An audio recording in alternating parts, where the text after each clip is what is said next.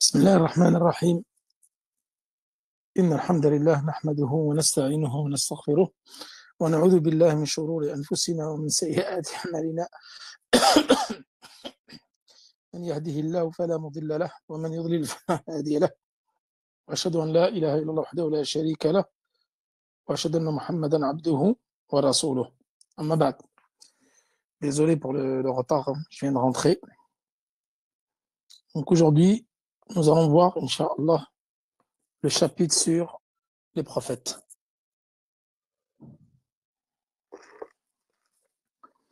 قال الشيخ ابن عثيمين رحمه الله تعالى يدي الشيخ العثيمين: ونؤمن بأن الله تعالى بعث إلى الناس رسلا مبشرين ومنذرين لئلا يكون للناس على الله حجة بعد الرسل وكان الله عزيزا حكيما. Donc nous croyons qu'Allah subhanahu wa ta'ala, le Très-Haut, a envoyé aux messagers annonciateurs de bonnes nouvelles et metteurs en garde afin que les gens n'aient plus d'excuses contre Allah après les messagers. Et certes, Allah est puissant et sage. An-Nisa, verset 165. Donc là, ensuite il dit: et nous croyons que le premier d'entre eux est Nuh, et le dernier Mohammed. Nous t'avons certes révélé, comme nous avons révélé à Nuh et les prophètes après lui. An-Nisa et Mohammed n'est le père d'aucun des hommes parmi vous, mais il est plutôt le messager d'Allah et le sceau des prophètes. Ensuite, nous allons voir les meilleurs d'entre eux, Ulul Azm.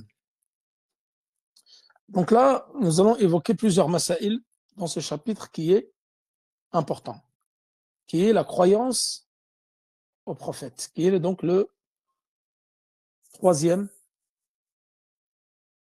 ou le quatrième. Nu'minu billahi wa malaikatihi wa kutubihi wa rusulihi. Nous croyons en Allah subhanahu wa ta'ala. Donc les piliers de la foi sont la croyance en Allah, la croyance en ses anges, la croyance en ses livres et la croyance en ses prophètes. Ensuite, la croyance au jour du jugement dernier et la croyance en la prédestination, bonne ou mauvaise. Donc nous croyons qu'Allah subhanahu wa ta'ala a envoyé aux gens des prophètes annonciateurs de bonnes nouvelles et avertisseurs pour pas qu'il n'y ait auprès des gens des excuses après avoir envoyé les prophètes. Et Allah subhanahu wa ta'ala, il est le puissant et le sage. Donc là, ça c'est le quatrième pilier parmi les piliers de la foi, qui est al-iman bil rasul. Et la preuve elle est dans le Coran et dans la Sunna, comme nous l'avons déjà vu. Dans le Coran, آمن الرسول بما أنزل إليه من ربه والمؤمنون كل آمن بالله وملائكته وكتبه ورسله. Donc, آمن الرسول, le prophète sallallahu alayhi wa sallam, a cru ce qu'Allah subhanahu wa ta'ala lui a descendu. Donc, il a cru ce qui a été descendu sur son Seigneur. Et les croyants également ont cru en Allah, en ses anges, ses livres et ses prophètes.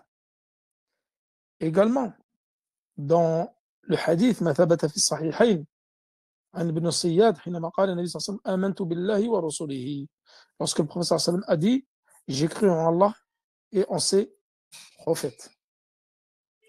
Également, parmi les preuves, hadith Jibril, que nous avons vu, Bunya al-Islam ala hadith Jibril, lorsqu'il est venu questionner le prophète sallallahu alayhi wa sallam, il a dit: mal islam. Ensuite, lorsqu'il lui a répondu ce qu'est l'islam, il lui a dit: qu'est-ce que la foi? Il lui a dit: la foi, c'est de croire en Allah, aux anges, aux livres, aux messagers, au jour du jugement dernier et à la prédestination, bonne ou mauvaise. Et le fait de mécroire aux prophètes est un acte de mécréance majeur.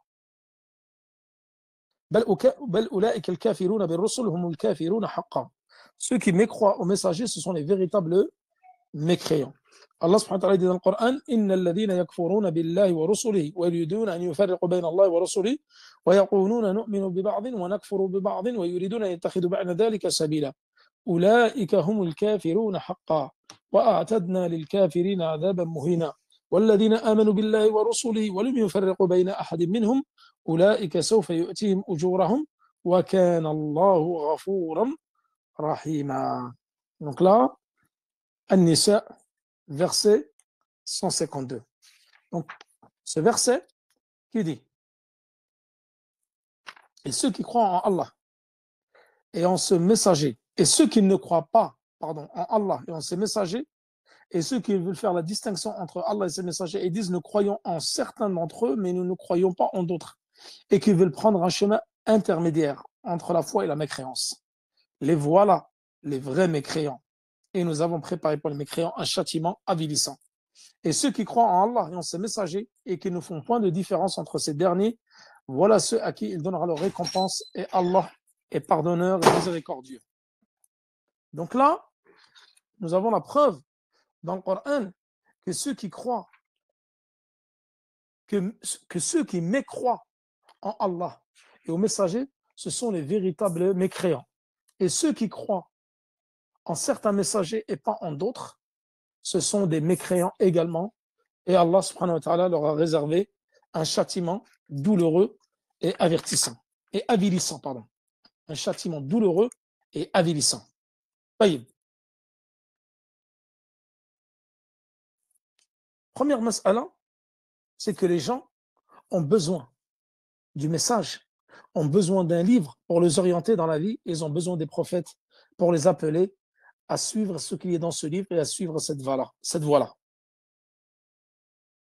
Donc, hajatul ibad, donc le besoin des serviteurs pour an-nubuwwa wa risala, pour la prophétie, pour le message, il y a min a'zam al-hajat.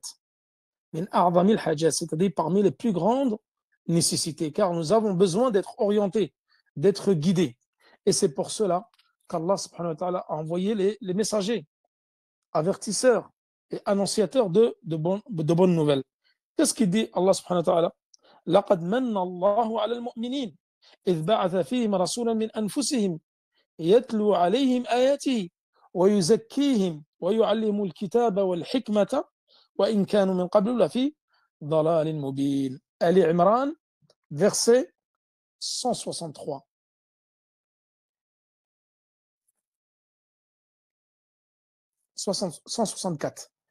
Verset 164. Allah a très certainement fait une faveur aux croyants lorsqu'il a envoyé chez eux un messager de parmi eux-mêmes. Donc un messager parmi eux. Donc chaque messager était envoyé à son peuple, mais il faisait partie de ce peuple-là. Bien qu'ils fussent donc à eux-mêmes, qu'ils leur récitent ces versets, les filles, et leur enseignent le livre et la sagesse, bien qu'ils fussent auparavant dans un égarement évident. Donc là, quel est le rôle de l'envoi des prophètes? C'est pour qu'ils leur enseignent le livre et la sagesse, alors qu'ils étaient dans un égarement manifeste. Nous t'avons envoyé qu'une miséricorde pour les mondes, c'est-à-dire le monde des hommes et des djinns. Taïb. Quelle est la croyance des gens de la sunna et du groupe concernant les messagers? Tout d'abord, nous devons croire que an-nubuwwa, c'est-à-dire la prophétie, istifa'un min Allah. C'est un choix d'Allah subhanahu wa ta'ala. C'est-à-dire c'est Allah qui a choisi les meilleurs des êtres humains pour en faire des prophètes et les envoyer à leur peuple. Qu'est-ce qu'il dit Allah subhanahu wa ta'ala dans le Coran? Il dit Allah yastafi min al-malaikati rusulan wa min an-nas. Al-Hajj, verset 75. Pèlerinage, verset 75. Allah yastafi min al-malaik, c'est-à-dire Allah est choisi parmi les anges des messagers et également parmi les gens. C'est-à-dire que les anges sont choisis pour être des messagers et les gens sont choisis pour être des messagers. Donc il a choisi des messagers parmi les anges et des messagers parmi les gens. Et qui choisit-il parmi les gens? Il choisit parmi ceux qui ont le plus haut degré au niveau de la moralité, au niveau du comportement et au niveau de ses caractéristiques exceptionnelles. C'est-à-dire il choisit le meilleur d'êtres humains sur terre. Comme il a choisi Nuh parmi son peuple, Ibrahim parmi son peuple, Moussa, Isa, le prophète sallallahu alayhi wa sallam, et ainsi de suite. Il choisit les meilleurs êtres humains parmi leur peuple pour les envoyer donc à leur peuple. Donc maintenant, les gens, ces prophètes, lorsqu'ils ont été envoyés, quelle est leur fonction exactement? La fonction des prophètes, on dit, c'est iqamatul hujjati ala al-ibad. Iqamatul hujja ala al-ibad. Les gens sont dans un égarement manifeste, dans un égarement évident. Donc Allah subhanahu wa ta'ala va envoyer des prophètes pour que ces prophètes-là soient une preuve contre eux. Donc après, tu ne peux pas dire Yawm al-Qiyamah, je ne savais pas, on ne m'a rien envoyé, je n'étais pas au courant, je ne connaissais pas l'islam, je ne connaissais pas le Coran. Allah subhanahu wa ta'ala t'a envoyé. À chaque peuple, à chaque communauté, nous avons envoyé un prophète. Et donc là, première fonction des prophètes, c'est iqamatul hujja ala al-ibad. C'est décréter que ce soit une preuve. Cet envoi est une preuve pour les serviteurs. Taïb. Ensuite, faire connaître aux serviteurs leur Seigneur, eux-mêmes qui sont les plus renseignés. Comme il a dit le prophète, Ana a'lamukum billah wa akhshakum billah. Je suis celui qui connaît le mieux votre Seigneur. Et je suis celui qui connaît, celui qui craint le plus votre Seigneur. Donc les prophètes, c'est ceux qui connaissent le mieux notre Seigneur, donc qui sont le plus à même d'en parler et qui sont les plus à même de nous orienter. Donc leur fonction, iqamat al-hujja, thumma an yu'arrifu al-ibada bi rabbihim wa ma'budihim, c'est nous faire connaître qui on doit adorer. Notre Seigneur, Allah subhanahu wa ta'ala, nous le faire connaître, et c'est ce que nous étudions dans l'Aqid al-Wasitiyya, wa hiya min ashraf al-ulum, ma'rifatillah, ma'rifatillah. Le fait de connaître ton Seigneur, tu connais comment? À travers l'étude de la croyance. Et surtout à travers la croyance des noms et attributs d'Allah, comme nous le faisons dans l'Aqid al-Wasitiyya, ça te permet de connaître les noms d'Allah, sublimes, ses caractéristiques, ses attributs. En connaissant cela, tu connaîtras parfaitement ton Seigneur et tu pourras mieux l'adorer. Plus tu connaîtras ton Seigneur, plus tu pourras l'adorer et plus tu pourras le craindre. Taïb.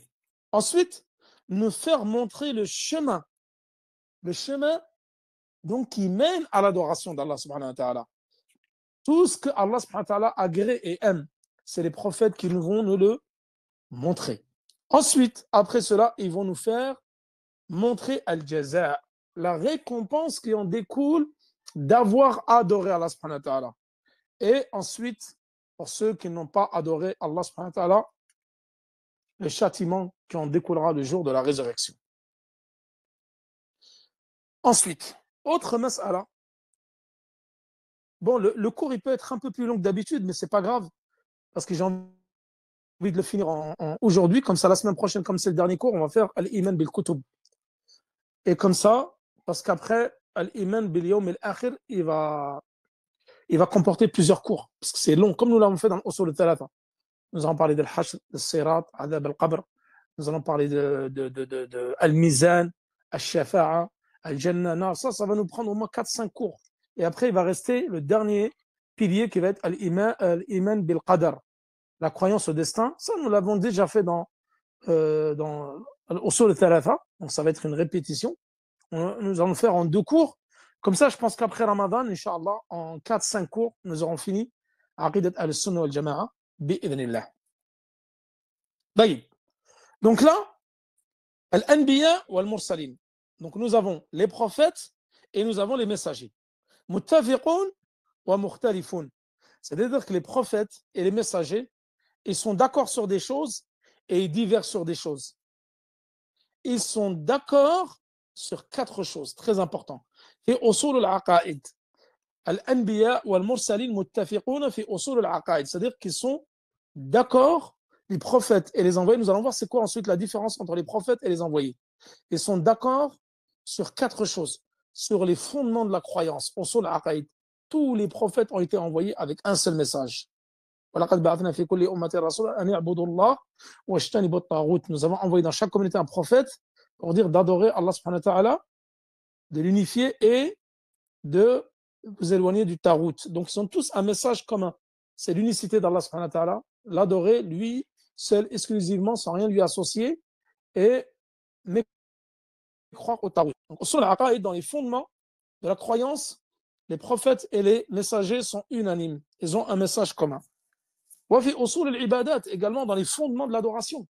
Les fondements de l'adoration, c'est-à-dire que les prophètes à leur époque, ils priaient, ils jeûnaient, etc. Donc, dans les fondements, ils sont tous d'accord. Voyez, wa usul al-akhlaq, dans les fondements du comportement. Les fondements du comportement, wal hifadhi ala ad-daruriyat, et la préservation des nécessités. Ça, je pense que j'en avais déjà parlé dans un cours, les 5 nécessités. On en avait parlé dans l'Arba'in al-Nawawiyya. La préservation, la religion, elle est venue avec la préservation des 5 nécessités. Des 5 nécessités, qui est la raison, qui est l'honneur, le sang, la descendance et la préservation des biens. طيب والأنبياء والمرسلين مختلفون في تفاصيل الشرائع. C'est-à-dire, dans la description détaillée des législations, forcément, ils divergent. La législation de Moussa, ce n'est pas celle du prophète sallam. La législation de Isa, ce n'est pas celle de Moussa. Chacun est venu avec une législation. La preuve de cela, dans le Coran, لِكُلٍّ جَعَلْنَا مِنْكُمْ شِرْعَةً وَمِنْهَاجًا. Pour chacun d'entre vous, nous avons fait quoi? Une législation et une voie à suivre. Donc, pour chacun d'entre vous, vous avez une législation et une voie à suivre. Donc là, cela montre que les prophètes sont unanimes sur 4 choses et divergent sur la législation et la voie à suivre. Al-Iman bil Rasul, qu'est-ce que cela ça implique concrètement? Ça implique 5 choses. Tout d'abord, c'est de croire avec véracité qu'Allah subhanahu wa ta'ala, c'est lui qui a envoyé les prophètes. Et nous croyons en ces prophètes-là, ijma'lan wa tafsilan, de façon générale et de façon spécifique. Donc de façon spécifique, comme Allah subhanahu wa ta'ala les a décrits dans le Coran et dans la Sunna, avec leur nom et à qui ils ont été envoyés à chaque peuple.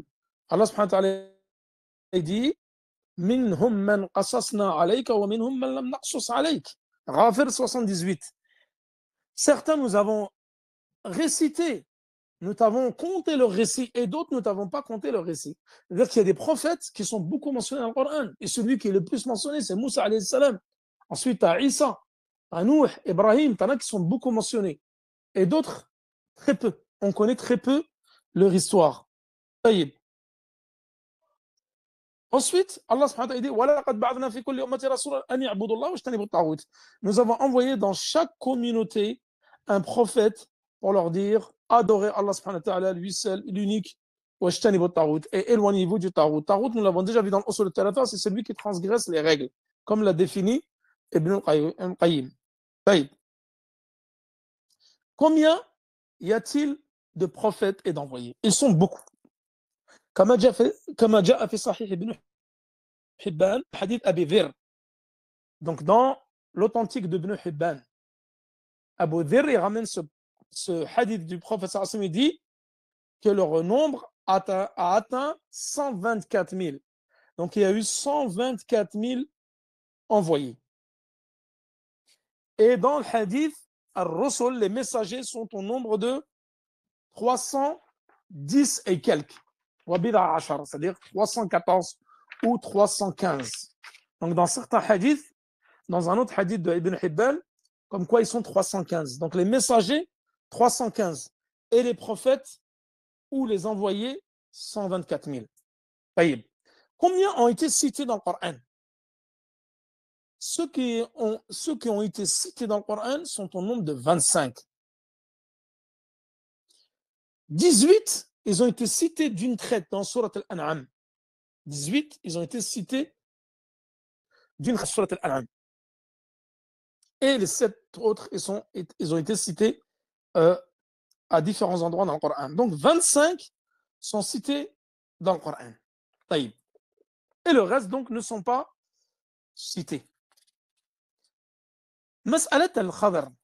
Al-Khadr, donc celui que vous connaissez tous dans l'histoire avec Moussa alayhi salam dans Surat Al-Kahf, les gens de la caverne. Il y a une histoire à la fin avec Moussa et Al-Khadr. Donc là, il y a eu une grande divergence entre les savants. Ils ont dit, est-ce que c'était un prophète ou est-ce que c'était juste un sage? Wali min awliya Allah, un allié parmi les alliés d'Allah subhanahu wa ta'ala. Ou est-ce que c'était un prophète? Donc beaucoup disent que c'était un prophète. La question il y a divergence concernant la question. Mais l'avis le plus juste que beaucoup de gens de science citent, c'était un prophète. Kana nabiyyan min al-anbiya. C'était un prophète parmi les prophètes. Taïb. Ensuite,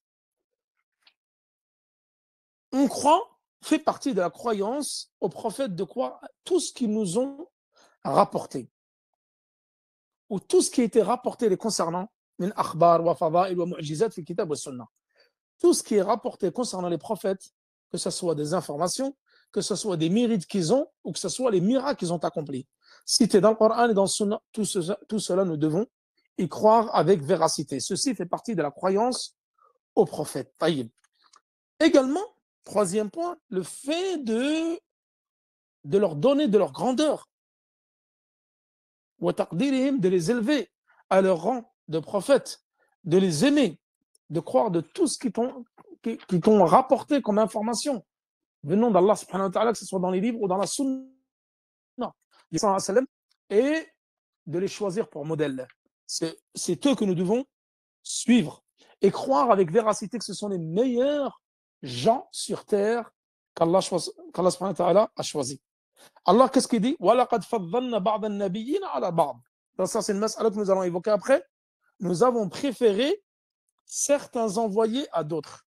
Donc, Allah a préféré certains messagers à d'autres. Al-Baqarah, verset 253. Et le premier verset que j'ai cité, c'est l'Isra, verset 55. Donc, Allah subhanahu wa ta'ala, il le dit clairement dans le Coran, dans Surat al-Isra ou Surat al-Baqarah, que nous avons préféré certains envoyés ou certains messagers à d'autres. Et nous allons voir que les préférés, les messagers préférés d'Allah subhanahu wa ta'ala, on les appelle Ulul Azm, les 5 doués de résolution. Ulul Azm. Un point important avant d'attaquer cela, c'est de dire que Ar-Risala a'ammu min al-Nubuwa. Ar-Risala, c'est le message. Al-Nubuwa, c'est la prophétie. Et c'est pour ça que dans l'Usul al-Thalatha, nous avons dit, comme il a dit Cheikh Mohammed ibn Abdul Wahhab, Nubbi'a bi Iqra wa ursila bil mudaththir. Ça, nous en avons déjà parlé longuement dans le troisième fondement parmi les 3 fondements de Cheikh Mohammed ibn Abdul Wahhab. Nubbi'a. C'est-à-dire qu'il a reçu la prophétie avec surat Iqra, les 5 premiers versets qui ont été révélés à l'âge de 40 ans, donc par Jibril au prophète sallam, et ursila bil mudaththir. Rappelez-vous, il est rentré tremblotant. Il a demandé à Khadija radiyallahu anha de le recouvrir des vêtements car il a reçu la révélation. Il a été le prophète sallam, il avait froid, il tremblotait. Et là, ensuite, après cela, surat al-Mudaththir a été révélée. Ya ayyuha al-Mudaththir, qum fa'andir wa rabbaka fakabbir. Comme nous l'avons dit, non, je ne l'ai pas encore expliqué. Donc, al-Risala, le message est plus global que la prophétie. Rappelez-vous, dans Al-Iman bil Rasul, dans l'Usul al-Thalatha, nous avons vu les différences qu'il y a. Je ne peux pas les citer toutes ici parce que ça va rallonger le cours et j'ai un autre cours derrière. Arsal Mukhtasarat, on va commencer Kitab al-Salat aujourd'hui. Donc, même s'il faut, nous ferons le cours en 2 fois, c'est pas grave. Nous ferons le cours en 2 fois.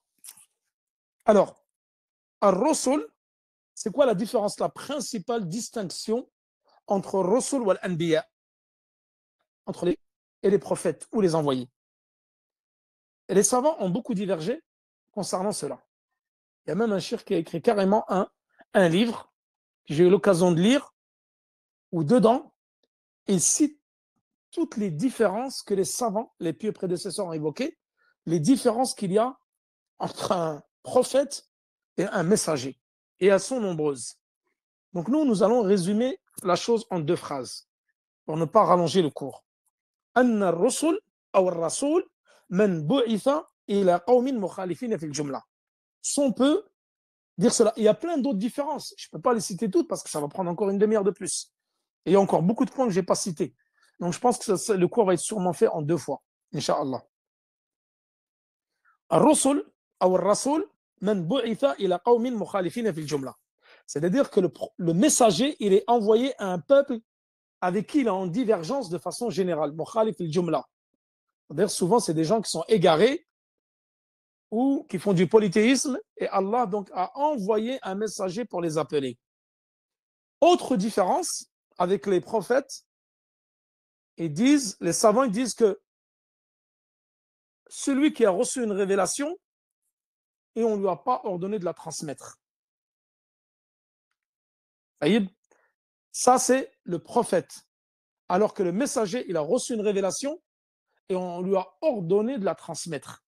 Et c'est pour ça que la différence, quand le prophète sallam a reçu la révélation, an-nubuwwa, au début, il n'appelait pas ouvertement. Pendant 3 ans, au début, il appelait de façon cachée le prophète sallam. Caché, il n'appelait pas les Qurayshites, comme nous l'avons vu dans Sirah Nabawiya. Et ensuite, dans une deuxième étape, lorsqu'il a reçu la révélation par le message, c'est-à-dire al-risala, là, Allah subhanahu wa ta'ala lui a dit de appeler l'islam à voix haute. Wa andir ashiratak al-aqrabin. Au début, il appelait que ses proches parents, ses femmes. Il y avait Abu Bakr, Ali, Uthman, un cercle très proche. Et il pratiquait l'islam de façon secrète. Et ensuite, le prophète sallallahu alayhi wa sallam, donc, devait appeler les Qurayshites, ensuite al-Arab Qatiba, les tribus arabes aux alentours, et ensuite tout le monde. Ça, nous l'avons déjà vu longuement dans As-Sirah Nabawiya. Et ils ont dit An-Nabi, man bu'itha ila qawmin muwafiqina fil jumla. An-Nabi, lui, il va envoyer un peuple qui sont déjà croyants. Lui, il va venir et ça va être plus un rappel. Donc, muwafiqina fil jumla. C'est-à-dire, en général, ils sont sur le même chemin que les messagers, que les prophètes. Alors que les messagers vont être envoyés à un peuple général qui ont désobéi. Alors que les autres, ils étaient déjà obéissants. Et il est venu pour faire un rappel en plus. Donc ça, c'est parmi les distinctions. Et il y en a plusieurs autres. Taïb. Ensuite, Ulul Azm. Qui sont Ulul Azm? Ce sont les 5 doués de résolution. On les appelle Ulul Azm. Hum Afdalur Rusul. Ibn Kathir, Sahib al-Tafsir, rahimahullah, il dit il n'y a aucun khilaf entre les gens de science que les envoyés sont meilleurs que tous les êtres humains. Et il n'y a aucune différence entre les gens de science que les messagers sont meilleurs que les envoyés. Et il n'y a aucune différence c'est-à-dire les messagers sont meilleurs que le reste des envoyés. Les envoyés, il y en a 124 000. Le Rasul, il y en a 315. Et il a dit aucun khilaf entre les gens de science. Comme quoi, les messagers sont meilleurs que les envoyés. Et que les 5 doués de résolution sont le meilleur des 315 messagers. Et que les envoyés sont meilleurs que le reste des êtres humains. La divergence, elle se trouve où?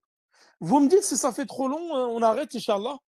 On fait une pause de 5 minutes et après on attaque Arsal Mortasalat. Là, je crois que ça fait déjà une demi-heure. Donc si c'est long, on peut arrêter, Inch'Allah, et après on reprendra la semaine prochaine, Inch'Allah. Donc n'hésitez pas à m'écrire un message si le cours fait trop long. Aïe. La différence ou la divergence avec les savants, elle se situe au niveau de la préférence entre les 5 doués de résolution. اختلف أهل العلم في تبيين أفضل الرسل c'est-à-dire تعيين ليس تبيين عفوا واختلف أهل العلم في تعيين أولي العزم من الرسل c'est-à-dire qu'ils ont divergé contre le fait de savoir qui est mieux que d'autres. Les 5 Ulul Azm, c'est qui?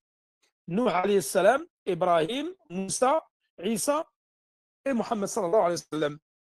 Donc ce sont eux les 5 doués de résolution. Est-ce qu'il y a une preuve concrète que parmi ces 5-là, qui sont les meilleurs messagers sur terre qu'Allah a envoyés, quel est le meilleur d'entre eux? Taïb. Où est-ce qu'ils sont cités? C'est la preuve qu'ils sont cités. Où est-ce qu'ils sont cités? Ils sont cités, comme vous le savez, qu'Allah a cité dans Surat Al-Ahzab et dans Surat Al-Shura. Donc c'est bien, inscrivez-le. Si un jour on vous demande les 5 doués de résolution sont où dans le Coran, ils sont cités dans Surat Al-Ahzab et Surat Al-Shura. Donc là, il y a un avis où il n'y a aucune divergence à l'éclair de façon absolue, c'est que le prophète sallallahu alayhi wa sallam, Muhammad Rasulullah, c'est le meilleur des messagers. À l'éclair, de façon absolue, il n'y a aucune divergence là-dessus. هو أفضل أولي العزم من الرسل وهذا إجماع قطعي لا شك فيه. C'est un consensus absolu avec aucun doute. Et tout musulman le sait, que le prophète sallallahu alayhi wa sallam, c'est le meilleur des messagers et des envoyés. Taïeb. Où est-ce qu'elle réside la divergence? Ensuite, le meilleur après le prophète sallallahu alayhi wa sallam, c'est qui? Je pense que vous le savez tous, je n'ai même pas besoin de vous le dire. C'est le père des prophètes et l'imam des monothéistes, Ibrahim alayhi salam, Abul Anbiya wa Imam al-Hunafa. Les savants ils disent Abul Anbiya wa Imam al-Hunafa, le père des prophètes et l'imam des monothéistes. Ça, il n'y a aucune divergence. Comme quoi, le meilleur, c'est Ibrahim alayhi salam après le prophète sallallahu alayhi wa sallam. طيب كما ثبت في السنة عن حديث أنس الذي في الصحيحين من البخاري ومسلم أن رجلا قال النبي صلى الله عليه وسلم يا خير البرية فقال عليه السلام ذلك إبراهيم عليه السلام فهو خير البرية. Donc il a dit cet homme là-bas en parlant d'Ibrahim qui est le meilleur de l'humanité. Bien sûr quand il dit ça le prophète sallallahu alayhi wa sallam il ne rentre pas dedans. Le prophète est meilleur bien sûr qu'Ibrahim alayhi salam. Lui voulait dire en dehors de lui le meilleur de l'humanité c'est Ibrahim alayhi salam. Et la divergence elle va venir graviter autour des trois qui restent. Et c'est là que Ahl al-Ilm, ils ont divergé entre les trois. Le meilleur, c'est le prophète sallallahu alayhi wa sallam. Ensuite, Ibrahim alayhi salam. Et ensuite, les trois qui restent, Moussa, Isa et Nuh alayhi salam. Certains ont fait un ordre de classement. Certains se sont tus. Donc ceux qui ont premier avis, ils ont dit القول الأول هو التوقف وعدم التفضيل بين هؤلاء الثلاثة. C'est-à-dire le fait qu'on s'abstient, on se tait et on n'a pas de préférence entre ces trois-là. طيب. Deuxième avis, ils disent تفضيل موسى على عيسى ونوح. C'est-à-dire c'est Moussa, le troisième, ensuite Isa, ensuite Nuh. طيب. Et donc ça, c'est un avis qui est adopté par certains gens de science. Et certains ont dit, on prend Moussa, هو الأفضل, ثم عيسى, ثم نوح. Pareil, ça c'est un avis qui est adopté par certains gens de science. Certains, ils ont dit Moussa, mais on ne fait pas de préférence entre Isa et Nuh.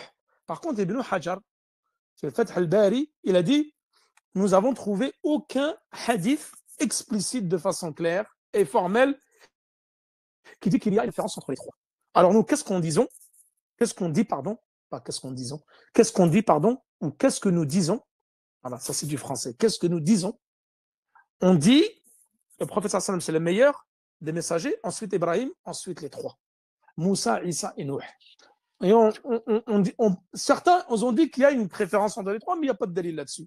Donc le mieux, on s'abstient, on se tait, et on dit que les trois sont comme cela, sans préférence entre eux, mais on sait que les 5 meilleurs, c'est ceux qui sont les meilleurs parmi les prophètes et les envoyés. Je vais essayer d'avancer rapidement, parce que je sais que le cours il commence à faire long. طيب وقال ونؤمن بأن أولهم نوح وآخرهم محمد صلى الله عليه وسلم. Donc nous croyons que le premier, c'est qui le premier des messagers? C'est Nuh alayhi salam. كما قال تعالى. Et le dernier, c'est qui? C'est Muhammad sallallahu alayhi wa sallam. قال إنا أوحينا إليك كما أوحينا إلى نوح والنبيين من بعده. Nous t'avons révélé à toi, prophète sallallahu alayhi wa sallam, et révélé à Nuh. Donc le fait qu'il cite Nuh ici, pour montrer que c'est le premier. Al wa nabiyyin min ba'di, et les envoyés après lui. Donc, le premier des messagers, c'est Nuh alayhi salam, et le dernier, c'est le prophète sallallahu alayhi wa sallam. Quelle est la preuve concernant cela? Fait surat al-Ahzab, verset 40. ما كان محمد أبا أحد من رجالكم ولكن رسول الله وخاتم النبيين. Donc le prophète sallallahu alayhi wa sallam n'était pas ما كان أبا أحد, il n'était pas un père parmi vos hommes, ولكن رسول الله, mais seulement un messager d'Allah et le sceau des prophètes. Donc le prophète sallallahu alayhi wa sallam a été envoyé et la thaqalain, c'est-à-dire les deux. Thaqalain, c'est ceux qui pèsent lourd. Les deux, c'est qui? L'humanité et les djinns, le monde des humains et le monde des djinns. Thaqalain, al-djinn ou al-ins. Taïb. Et le premier, donc, c'est Nuh alayhi salam, et le dernier, c'est le prophète sallallahu alayhi wa sallam, comme nous venons de le dire. Donc là, au niveau de l'afdaliya, donc la préférence, donc nous disons, c'est le prophète sallallahu alayhi wa sallam, thumma Ibrahim, thumma Musa, Isa wa Nuh. Allah subhanahu wa ta'ala dit وَإِذْ أَخَذْنَا مِنَ النَّبِيِّينَ مِيثَاقَهُمْ وَمِنْكَ وَمِنْ نُوحٍ وَإِبْرَاهِيمَ وَمُوسَى وَعِيسَى بْنَ مَرْيَمَ وَأَخَذْنَا مِنْهُمْ مِيثَاقًا غَلِيظًا. Donc, surat Al-Ahzab, verset 7, Allah subhanahu wa ta'ala, qu'est-ce qu'il dit? Nous avons pris des envoyés un engagement, et de toi également, et de Nuh, Ibrahim, Moussa, Isa, ibn Maryam, وَأَخَذْنَا مِنْهُمْ مِيثَاقًا غَلِيظًا. C'est-à-dire, nous avons pris d'eux un engagement très fort. Surat Al-Ahzab. Ensuite, nous devons croire que la législation avec laquelle est venu le prophète sallallahu alayhi wa sallam, elle contient tous les mérites et les bienfaits des législations précédentes. Allah subhanahu wa ta'ala dit شرع لكم من الدين ما وصى به نوحا والذي أوحينا إليك وما وصينا به إبراهيم وموسى وعيسى أن أقيموا الدين ولا تتفرقوا فيه. شرع لكم من الدين, donc il vous a légiféré parmi la religion ce qu'il a recommandé à Nuh. Est-ce qu'on t'avons recommandé à toi? وما وصينا به إبراهيم, ce que nous avons recommandé à Ibrahim, وموسى وعيسى أن أقيموا الدين ولا تتفرقوا فيه.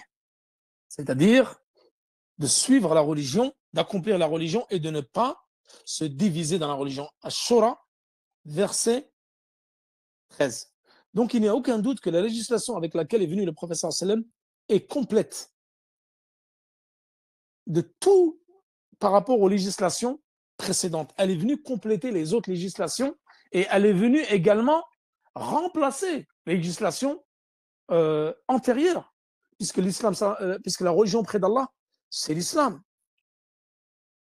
Et qu'elle est venue parfaire, et en même temps, le Coran, ça nous allons voir, Inch'Allah, dans Al-Iman bil-Kutub.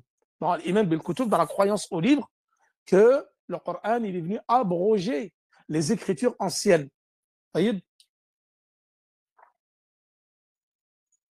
Également, et nous allons bientôt finir, Inch'Allah, juste un peu de patience. Nous devons croire que tous les prophètes, les envoyés, les messagers, ce sont des êtres humains qui ont été créés. Ils n'ont aucune caractéristique parmi la seigneurie. Que la seigneurie, elle appartient uniquement à Allah subhanahu wa ta'ala. Parce que certains, ils ont exagéré à l'encontre des prophètes. Ils leur ont donné des particularités comme ilm al-ghaib. Ils disent qu'ils croient qu'ils connaissent l'invisible et autres. Non. Ils n'ont aucune particularité de la seigneurie. La seigneurie appartient uniquement à Allah subhanahu wa ta'ala. Qu'est-ce qu'il dit le prophète sallallahu alayhi wa sallam? لا أقول لكم عندي خزائن الله ولا أعلم الغيب ولا أقول لكم إني ملك. Surat Al-An'am, verset 50. Qu'est-ce qu'il dit le prophète sallallahu alayhi wa sallam? Je ne vous ai pas dit que je détiens les trésors d'Allah, ni que je connais l'inconnaissable, et je ne vous ai pas dit que je suis un ange. Je ne fais que suivre ce qui m'a été révélé. Donc le prophète sallallahu alayhi wa sallam n'a aucune notion concernant les caractéristiques de la prophétie, comme certains ont pu le prétendre. Non, ni je connais l'invisible, ni je ne détiens les trésors d'Allah subhanahu wa ta'ala, ni je ne possède aucune des caractéristiques de la seigneurie. Inni la amliku lakum dharran wala rashada. C'est-à-dire, je ne possède rien, aucune chose qui peut vous nuire, ni une chose qui peut vous guider. Donc ça fait partie de la croyance des gens de la sunna, que les prophètes, ce sont des gens qu'on suit et non des gens qui possèdent des caractères de la seigneurie que les gens puissent adorer autres. Strictement interdit. Le prophète, il dit, Innama ana basharun mithlukum, je suis qu'un être humain, comme vous. Je me rappelle comme vous vous rappelez, et j'oublie comme vous oubliez. C'est-à-dire que je suis un être humain comme vous. Voyez.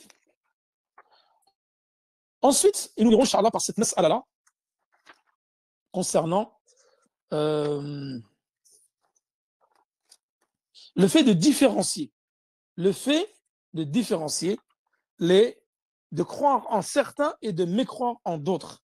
Tout d'abord, nous disons que les prophètes, ce sont les serviteurs d'Allah subhanahu wa ta'ala, qu'Allah a honoré de son message, de sa prophétie. C'est-à-dire qu'il les a désignés comme étant les meilleurs des serviteurs, les meilleurs des adorateurs d'Allah subhanahu wa ta'ala. Et d'ailleurs, il dit à ce propos concernant Nuh, vous